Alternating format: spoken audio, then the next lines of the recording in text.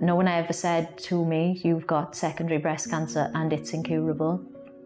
They said, the cancer has spread to your liver and your lungs.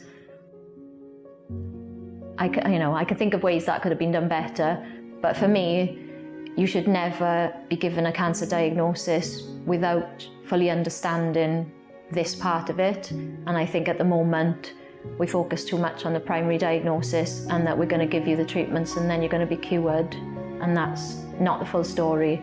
I think we all should be made aware of it before we are actually living it, because nobody wants to learn about secondary breast cancer when they've just been diagnosed with it. Secondary breast cancer is when the cancer spreads from the breast to other areas of the body. And this means that it becomes incurable.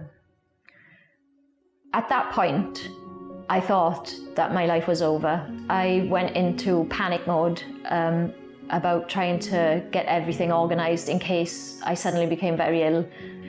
We sorted out our financial arrangements. We decided to get married.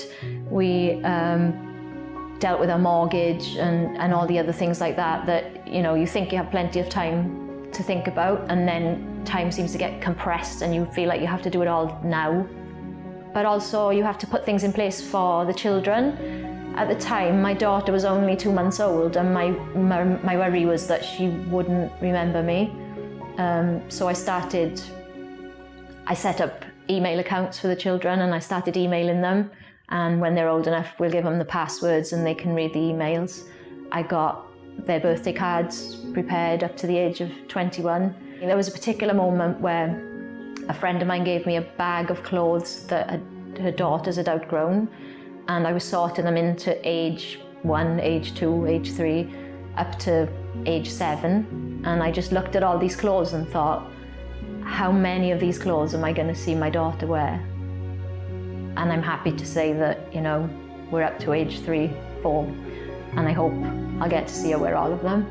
So you're trying to balance living your life, but preparing for your death. And I know lots of people say, if I had a terminal diagnosis or an incurable illness, I would be living every day like it was my last, but that's not sustainable in the long term. You have to do all the boring, mundane things that everyone else has to do.